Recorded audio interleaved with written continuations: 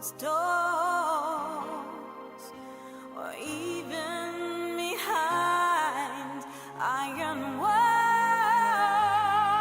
to feel the need to be set free. You want to liberate your mind, controlling secrets, yet you will find the need to be set free.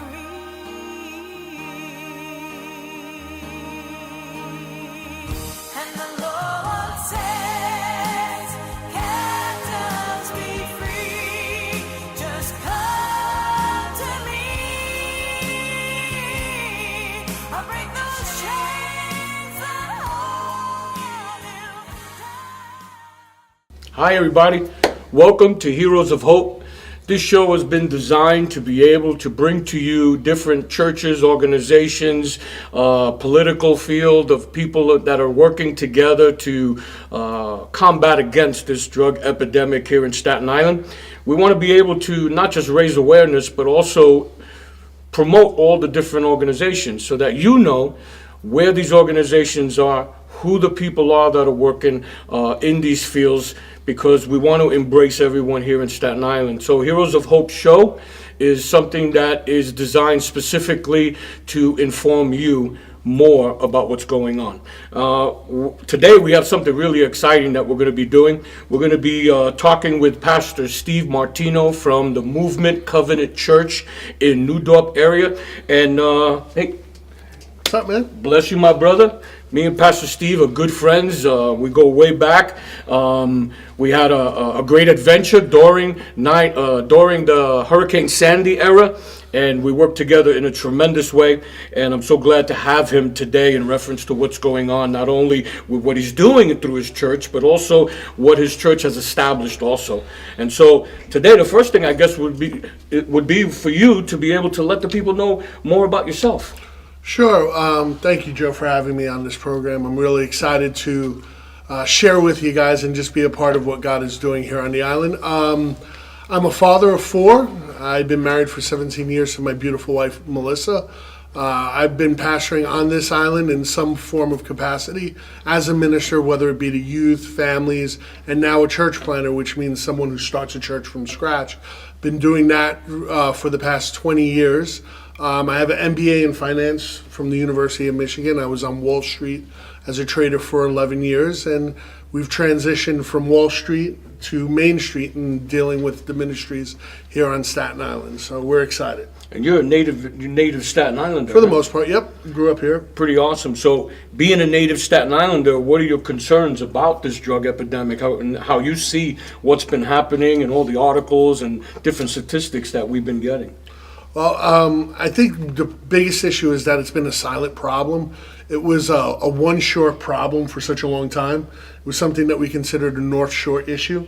And once it came into the South Shore and it started to affect a broader, diverse community, I think it became something that went from being hidden and quiet and something we were embarrassed of to now something that we're fearful of, tentative in dealing with because we don't know how to properly deal with it, and hesitant in addressing it because of how close to home it actually is. Yeah. Having over 500,000 people here in Staten Island and seeing how the churches are coming together to do the different things that they're able to do and different organizations that have been partnering pretty much. When you look at the amount of people that are in Staten Island, and like you said, this literally touching everybody now, this epidemic, what do you think really needs to happen in reference to making more of a greater impact in the lives of people that are struggling with this, and then also the hurting families that are left behind from some of those that have passed away and also those that are addicted to drugs right now? Well, one of the interesting statistics that you said is in a borough of over 500,000 people, the limited impact of resources that the church has. If we had a church for every person, it would be one church for every 15,000 people on this island. So I think one of the issues is that we're not meeting the spiritual needs of the island. So when the spiritual needs aren't being met, and those gaps and those holes and those hurts and pains are manifesting themselves, people are going to run to the next best thing, which is if they can't run to God, they're going to run to something else that will soothe the pain, soothe the hurt, soothe the anxiety, soothe the disappointment. And because there aren't enough resources in the church, drugs are easier to get. So, matter of fact, it's probably sad to say that it's easier to find a drug dealer in your neighborhood than it is to find a church. That's pretty deep. That's a pretty deep statement. But the truth of the matter is everything you said leads to another question, and that question would be, what do you think needs to happen? I know it's resources also, but what do you think needs to happen in reference to the church being able to step up and claim those resources and be able to partner? And what has to happen within the church? Because if the church stays within their little world, whatever church that is, if they stay in that little world, we can't expect them to be as effective in their community. So what do you think needs to happen in reference to that? I think one of the things is for us to redefine the church, as opposed to the church being the place of worship that you attend or I attend. We have to look at that in a broader framework and say the church at large. What can we do as a community of believers? What can we do as a community of people that we believe wholeheartedly that we hold the answers to life? So if we hold the answer to life, how can we work together in addressing those answers? And pooling our resources, one church isn't going to do it alone.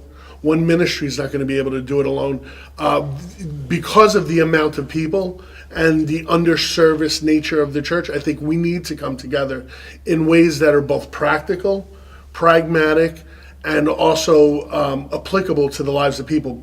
Practical. Is it really something that they can embrace and be part of? Pragmatic. Are we dealing with the issues? Are we actually putting forth programs that are dealing with the issues? And applicable, are we reaching people in the places of their life? It's not that come and see, it's the go and tell. So many times when it comes to church or it comes to ministry, or it comes to something, we want people to come and see, but it's really for us to go out and go and tell and let them know that there is an answer bigger than drugs. There is an answer to the problem bigger than what they're experiencing and going through. Yeah, that's pretty awesome the angle you see it. But a lot of times people would maybe say or express like what you just said and express, but yet they are not actually doing what's being said. On your end, from what I hear, it's not something that you're just talking about, it's actually something you're doing. I heard that you actually started a group within your community, within your church, that's for the community. And why don't you tell us some more about that? Yeah, we are actually fortunate to been able to bring on board a pastor and a minister that's very passionate about ministering to the lost and those affected by drugs. It's hit him personally with his background, with his wife being a former addict and him coming out of a substance abuse lifestyle as well. So finding people that have a passion and understand the loss is really important. Listening to the stories. I think part of the problem with us is we want to meet the need without listening to people's stories. So as a church, we've decided to listen to their stories. Because in listening to people's stories of where they are in life, we can then thereby address the problems. If you follow the method of Jesus, Jesus was a great listener to people's problems. If you listen to where he was always engaged in conversation with the people around him. He didn't come in like a bull and say, here's the solution. He actually came in and listened to the problems and then was able to address those. Yeah, that's pretty awesome. It's so true, because one time when we went over to, let's say, TISA, the borough president had invited us to meet TISA, which is an organization from tackling youth substance abuse. And our presentation to them was pretty much, how can we, the church, how can we serve? How can we help? And they have a whole bunch of people in the professional field that are doing a great and fantastic job, but we felt as a church that we needed to help them in somehow, knowing that we are dead center of the communities. And so in the process of doing that, doors just flew open in every way of partnerships, being able to work together with like the YMCA and community wellness, and you too, right? You've worked with community wellness and different people, and see all these doors just kind of flew open. So it didn't become it didn't just become a Christian thing anymore. It didn't become just that. And so I'm so excited about being able to be a part. Now, let me ask you this other question. Being a father, all right, and I know your son, I know him personally, he's loves football and stuff, but being a father, what is your concern about what you're seeing with this epidemic, knowing that your children are getting to that age where you got to be on top of that? Well, as a father, my job is to, and my wife and I really agree on this, we insulate our children, we don't isolate them. We believe if they're built up on the inside enough, pressure collapses because the force outside is greater than the force inside. So if we could insulate our children with God and His Word, and letting them know who they are and who they're created to be, and that sense of identity in them, they'll be able to stand. My greatest fear as a parent is more of the repercussions of what's going on around them. Maybe a friend that's caught up in drugs, or getting to a car accident because somebody nodded off at the wheel at a traffic stop, or being held up by someone that's on drugs. Mine is more of the greater ripple effect on the outside, where I'm looking at my kids who are starting to drive. We're starting to do this and saying, in my area on Highland Boulevard, people are falling asleep at traffic lights, nodding off to drugs. And then what happens if they step on the gas and smack my kid in the car and something happens, or they get into a car with a friend that they didn't know was.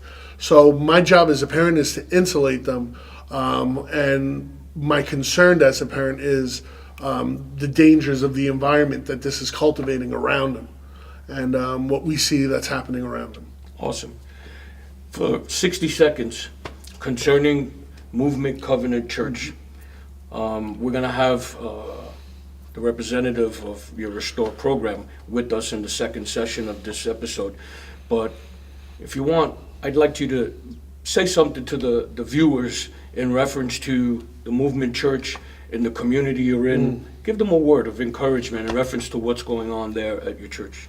Yeah, absolutely. I just would want people to know that they were created in the image of God, and that image of God resonates in them. All of us have missed God's mark, and because we've all missed God's mark, we need that redemption, or that trading in of our lives for the life that God meant us to have.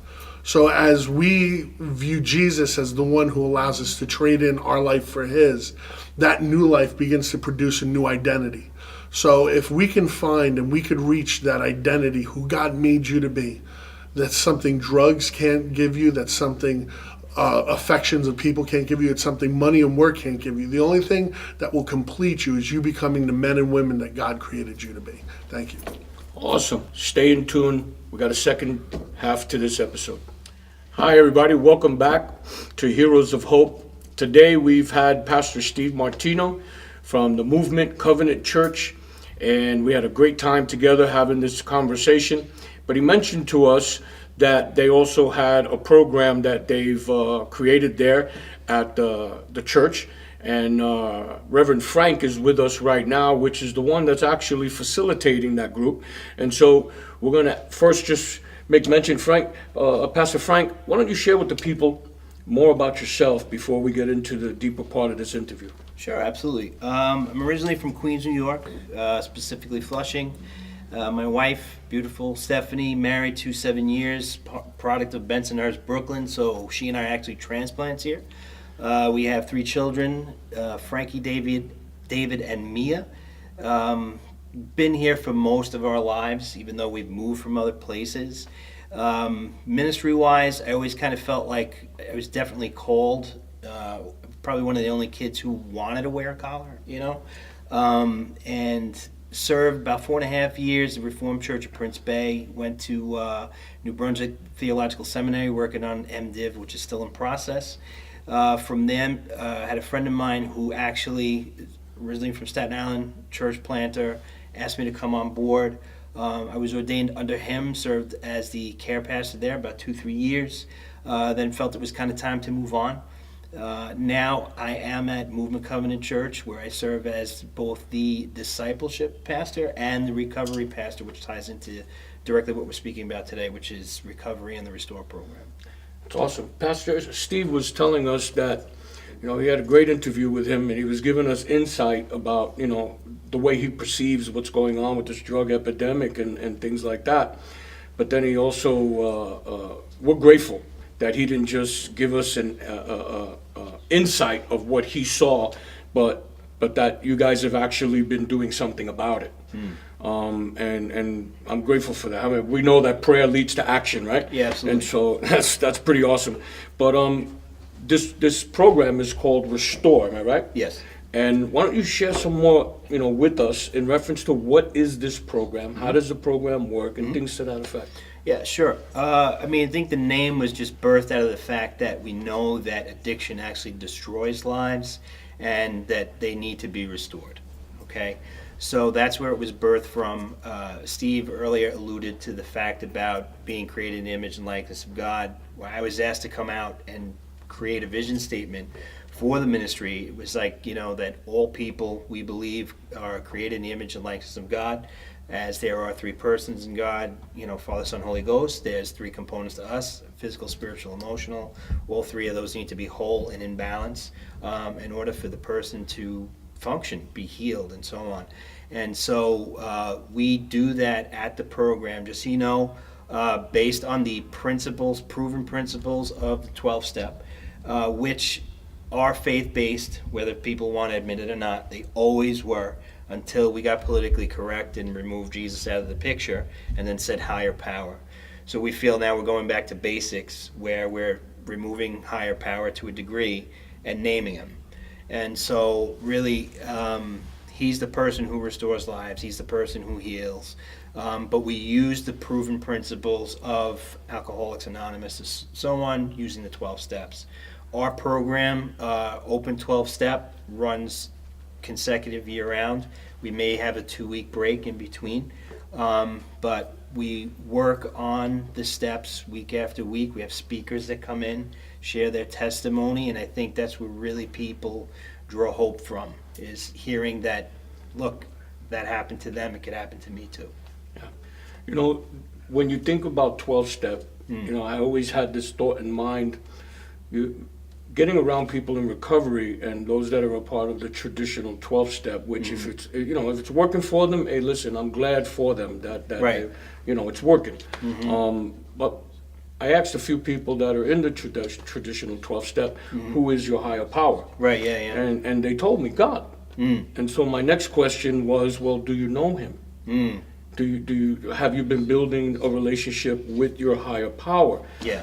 And you'd be surprised how many people have chosen God to be their higher power, but really don't have that, intimate type of relationship, and they can have that. Yeah. And so I noticed that some of these programs that, like for instance, Restore, Right. brings that spiritual element that's missing in some of these other programs, and as they work the steps in their lives, and it takes them deeper. Yeah. Have you seen that also? Absolutely. I'm going to tell you, we've had meetings where we've had people come out, and the common thread was always, I feel like I'm so far away from God, or I knew about God, but I really didn't know God. But yet their higher power was God all the time. Well, yeah, to a degree. I think what happened is, because the higher power came kind of vague and nebulous, like the higher power could be a tree. Oh, wow, that tree is so beautiful and it inspires me in my recovery. See the way it blooms, like, in the winter it's withered, just like me, because I'm suffering with addiction. And it leads to like this, there's really no power in that, because you can't draw strength from the tree. You may be inspired by the beauty of God's creation of the tree, but the tree in and of itself doesn't have the power to help to restore you. God, in knowing him through the person of Jesus Christ, is the only way that a person can truly know God and be restored by his power. It's pretty awesome.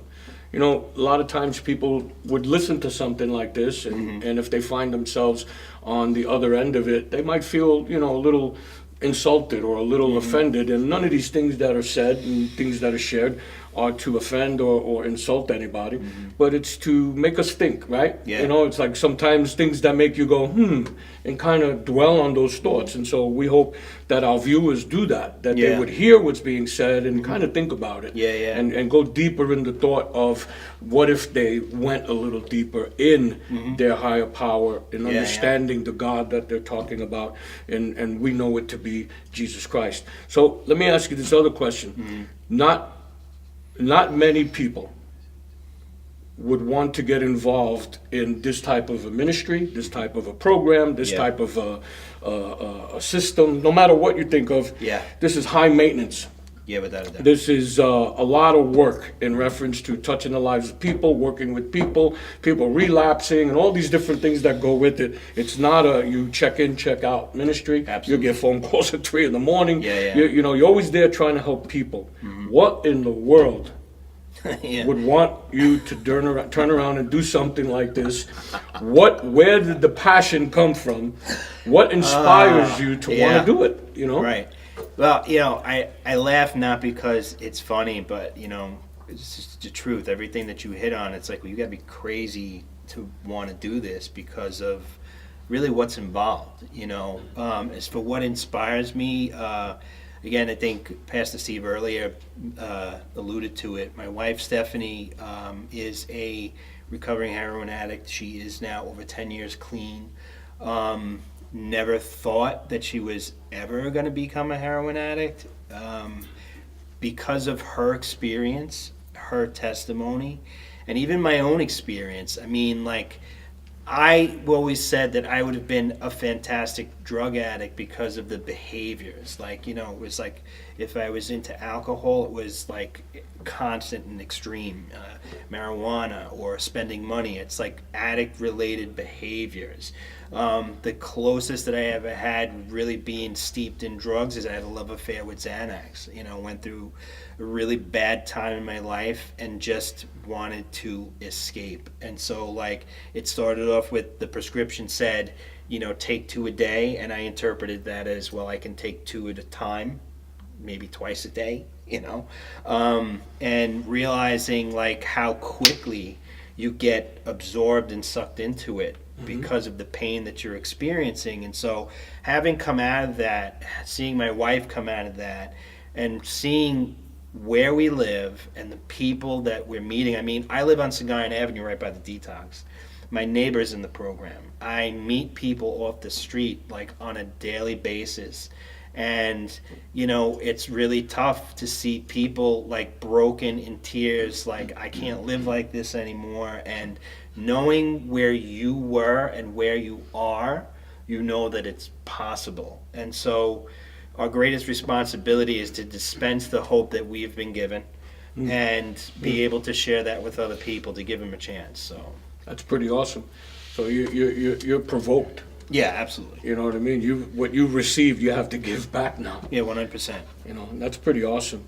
Getting to know you, Frank, Pastor Frank, before you even went out to the Movement Church, we've been able to glean over some of the things that transformation-wise, in reference to what has taken place in our lives, and I'm inspired to see that you're there with Pastor Steve, and then also see how you're being used to be able to touch the lives of people. Things like that excite me. Yeah. What I want to ask you to do right now is tell the viewers, take 60 seconds and tell the viewers exactly when does Restore take place, how they can reach out to you, give them more information about it, so that we can really get some of the viewers to look into joining you there at the Restore program.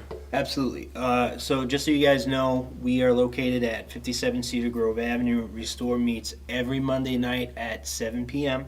My phone number, I don't know how smart this is all over the internet, but I will give it out. It's 917-848-4356. If you are in trouble, if you know somebody's in trouble, please reach out. I've had people who've come out to our Narcan trainings who've lost children, and they never told me about it. And for me, that's heartbreaking.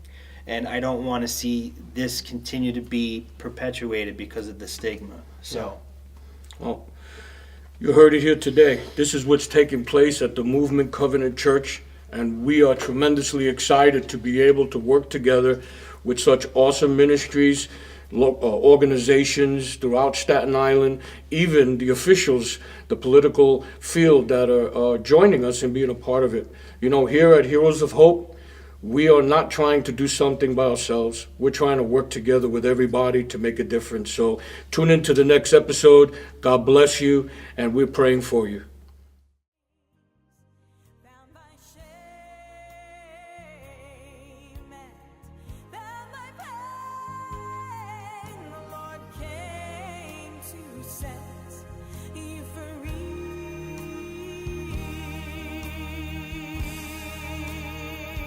And the Lord says, "Captives be free. Just come to me.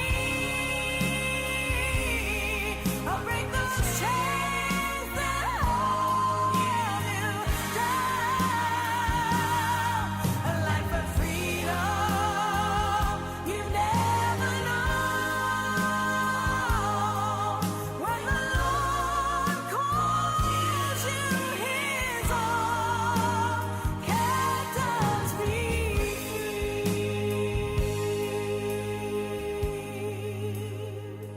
The Lord alone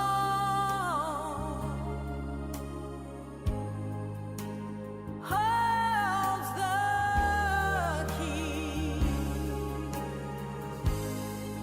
to set you free. Just come.